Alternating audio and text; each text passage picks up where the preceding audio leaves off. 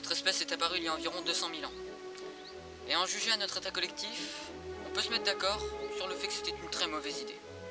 Nous sommes des Homo sapiens, apparus il y a 200 000 ans. Mais nous ne sommes pas la première espèce d'humains à avoir existé. Homo habilis était habile et faisait des outils. L'Homo berglensis construisait des abris. Et l'homme de Néandertal était autant intelligent que nous. Il y avait encore 15 autres espèces d'humains qui aujourd'hui sont mortes.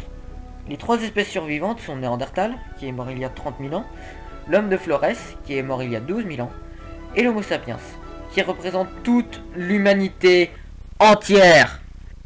Et si vous ne l'aviez pas remarqué, nous sommes toujours là. Alors, ils sont où les autres? Néandertal, par exemple, avait un crâne et un cerveau plus grands que nous, ils avaient une masse musculaire plus conséquente que nous, et ils étaient en moyenne plus grands que nous. Alors, pourquoi sont-ils morts? Malgré le fait qu'ils étaient objectivement plus forts que nous, l'Homo sapiens a une arme secrète, la communication et le langage. À part jurer, flirter et donner son opinion, des sons de bouche mis bout à bout servent à s'organiser et, comme le suggèrent les biologistes évolutionnistes, de déglinguer tout et n'importe quoi. Car au moment où l'Homo sapiens, qui venait d'Afrique de l'Est, arrive en Europe, il y a 45 000 ans, il a suffi seulement de 5 000 ans pour que Néandertal soit exterminé. Puis l'Homo sapiens, qui, après avoir cueilli et chassé pendant des années, a fini, il y a 12 000 ans, par développer l'agriculture. Ce qui transforma le « si on ne trouve pas de la bouffe, on mourra » en « si tu touches à ma bouffe, tu mourras », puis en « oh, j'ai plus faim, mais je vais en manger encore ». Puis nous avons commencé à construire de grandes sociétés. Comment? Eh bien, nous ne sommes pas les organismes les plus forts, mais on peut parler. Et si on peut parler, on peut faire des mythes. Et si on peut faire des mythes, on peut conquérir le monde. Par exemple, tu vas posséder dans ta vie des centaines de milliers d'objets, car tu crois en un mythe qui s'appelle l'argent. Si tu me donnes ce papier et que le nombre est bon, je te donnerai des biens. Et ce mythe marche car tout le monde accepte de l'utiliser dans les règles. Et ce système s'applique sur toutes les choses qui existent sur Terre. Ces choses ne sont pas des mensonges, mais seulement des abstractions qui n'existent que dans notre tête. Et toutes ces choses ont été créées par la communication. Sans communication, tu ne peux pas faire ces choses. Tu ne peux vraiment pas. Et si tu ne peux pas les faire, tu ne peux pas créer de grandes sociétés. La communication a sûrement été le bon chemin pour créer une civilisation. Et maintenant, nous détenons cette putain de planète.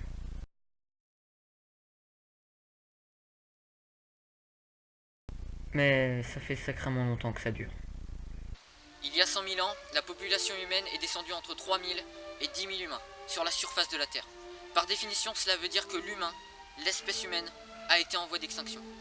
Une théorie stipule que cette extinction est due à l'éruption d'un supervolcan à Lektoba, en Indonésie, faisant entrer la Terre dans un hiver volcanique global. Et même si ce n'était pas le cas, les maladies, les famines, les conflits, l'ignorance sont des visiteurs fréquents de la condition humaine. Elles faisaient même partie de la condition humaine pendant un long moment dans notre histoire. Mais nous y voici, la planète la plus peuplée du système solaire. Pour le meilleur ou pour le pire, nous y sommes arrivés. Cela a pris 200 000 ans pour atteindre notre premier milliard, c'était en 1804, puis 2 milliards en 1927, puis 3 milliards en 1959, 4 milliards en 1974 et enfin 7 milliards en 2007. Et maintenant, nous sommes invincibles. Nous avons repoussé le temps, nous avons repoussé la mort, nous avons repoussé les limites de l'agriculture, de la médecine, de la météo, bref, l'état de l'humanité est forte. Qu'est-ce qui pourrait bien se passer de mal maintenant? Qu'est-ce qui pourrait bien mal se passer? Qu'est-ce qui pourrait bien Qu'est-ce qui nous pourrait bien foirer? Qu'est-ce qui pourrait bien partir en couille? Qu'est-ce qui pourrait bien mal se passer, à vrai dire?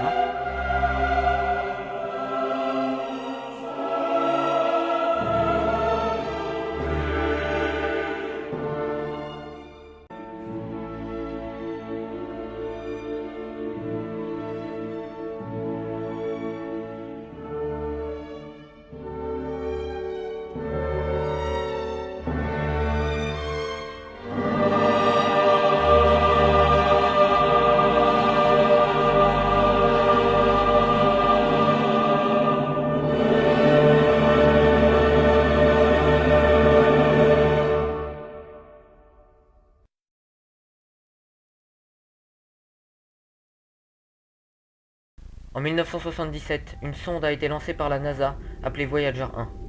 41 ans plus tard, Voyager 1 se trouve à 21 milliards de kilomètres de nous et se déplace à 62 000 km/h. Et à bord de Voyageur se trouve un message de Jimmy Carter, le 39e président des États-Unis. Et son message dit ça. Ceci est un cadeau, de la part d'un petit monde lointain. Une caisse remplie de nos sons, nos sciences, nos images, nos musiques, nos pensées et nos sentiments. Nous tentons de survivre dans notre monde, donc nous espérons vivre dans le vôtre. Nous espérons, un jour, si nous avons résolu les problèmes qui nous font face, joindre une communauté de civilisation galactique. Ce message représente nos espérances et notre détermination et nos bonnes intentions dans ce vaste univers.